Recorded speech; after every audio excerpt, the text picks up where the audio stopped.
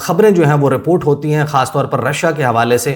ابھی الجزیرہ جو ہے وہ یہ رپورٹ کر رہا ہے کہ the US Department of Defense is considering reallocating part of its military aid from Ukraine to the Middle East according to Reuters.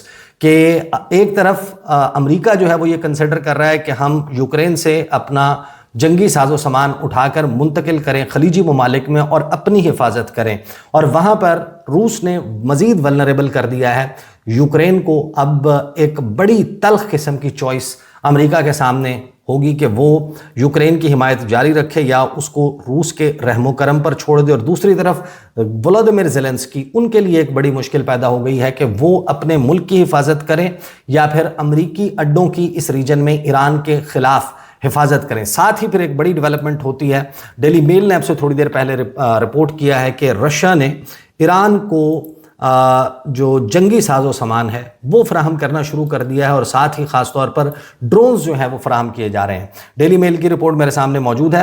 Russia is reportedly set to begin shipping drones, medicine and food to its ally Iran in support of its ongoing military efforts against the United States and Israel. اسرائیل اور امریکہ کے خلاف جو current Iran کی campaign ہے یا جوابی حملے ہیں، اس میں ایران کی مدد کے لیے ڈرونز، ادویات اور کھانے پینے کی اشیاء روس نے ایران کو سپلائی کرنا شروع کر دی ہیں. ویسٹرن انٹیلیجنس رپورٹس وہ اب یہ دعویٰ کر رہی ہیں کہ جو ماسکو اور تہران ہے ان کے درمیان خفیہ مذاکرات ہوئے ہیں ڈرون کی سپلائی کے حوالے سے، اور یہ مذاکرات اس جنگ کے آغاز کے بعد ہوئے. فائنینشیل ٹائمز نے اس کے حوالے سے کچھ تفصیلات سامنے رکھی. جو روس ہے وہ آلریڈی ایران کو سیٹلائٹ امیجری، ٹارگیٹنگ ڈیٹا اور انٹیلیجنس سپورٹ فراہم کر رہا ہے، لیکن جو ڈرونز ہیں وہ پہلا پوٹینشلی لیتھل ایڈ ہے جو انہوں نے سپلائی کی ہے. ظاہر ہے کہ پوری دنیا اس وقت ششدر ہے، ایران ریٹیلیٹ کرے گا یہ سب کے علم میں تھا. اس جنگ کے آغاز میں جو کیلکولیشنز کی گئی تھی اب واضح طور پر نظر آتا ہے کہ یہ کیلکولیشن نہیں تھی کہ آبنائے ہرمز بند ہو جائے گی اور اس طریقے سے بند ہوگی. یہ کیلکولیشن نہیں تھی کہ خلیجی ممالک پر ایران براہ راست حملے کرے گا، وہ حملے ہو گئے. یہ کیلکولیشن نہیں تھی کہ ایران جو ہے وہ اگر اس کی آئل تنصیبات کو نشانہ بنایا جاتا ہے تو وہ بدلے میں صرف اسرائیل نہیں بلکہ ریجن میں موجود آئل تنصیبات کو بھی نشانہ بنائے گا. اور یہ بھی کیلکولیشن نہیں تھی کہ ایران جو ہے وہ اتنا لانگ لاسٹ کرے گا، اتنا سروائیو کرے گا اور جنگ کو اس طریقے سے آگے بڑھائے گا.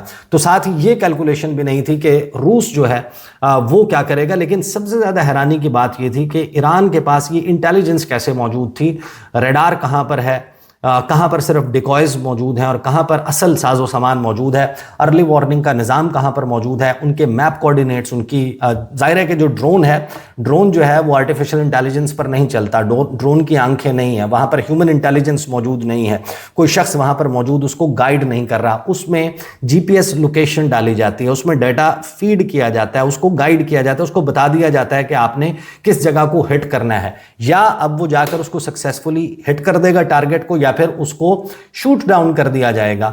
تو وہ جو جگہیں ہیں ان جگہوں کے ایڈریسز، ان کے میپ کوآرڈینیٹس، ان کی لوکیشن، ان کا جی پی ایس ڈیٹا وہ کون فراہم کر رہا ہے، اس کے حوالے سے ظاہر ہے کہ یہ سوالات موجود ہیں کہ ایران خود یہ سب کچھ کر رہا ہے یا روس اس کو یہ انٹیلیجنس فراہم کر رہا ہے. اور اس جنگ میں بہت سی حیران کن باتیں ہوئی ہیں، خاص طور پر جو F-35 کا چیپٹر ہے اس کے اوپر پھر میں علیحدہ سے کسی ویڈیو میں بات کروں گا. لیکن آگے ڈیلی میل کی یہ رپورٹ کہتی ہے کہ رشیا نے ابھی تک ڈینائی کیے ہیں کہ وہ کسی بھی قسم کی مدد فراہم کر رہا ہے ایران کو اس کانفلکٹ کے دوران امریکہ کے خلاف.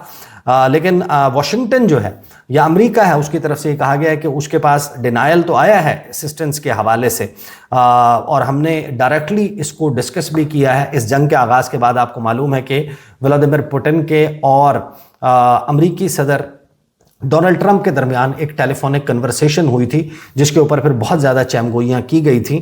لیکن اب جو آثار نظر آ رہے ہیں کہ جو روس کا یوکرین کے اوپر اتنا بڑا اور بھرپور فضائی حملہ ہے، وار تھیٹر جو اس وقت مڈل ایسٹ میں کھلا ہوا ہے، اس کو افیکٹ کرنے کے لیے روس نے یہ سب کچھ کیا ہے. Moscow will be limited in terms of the kind of models of drones they could send, including the جو پھر آگے انہوں نے شاہد 136 کامیکازی ڈرون ہے اس کے حوالے سے کہا کہ ایک لمیٹڈ نمبر آف ڈرونز جو ہیں وہ رشیا کی طرف سے بھیجے جائیں گے.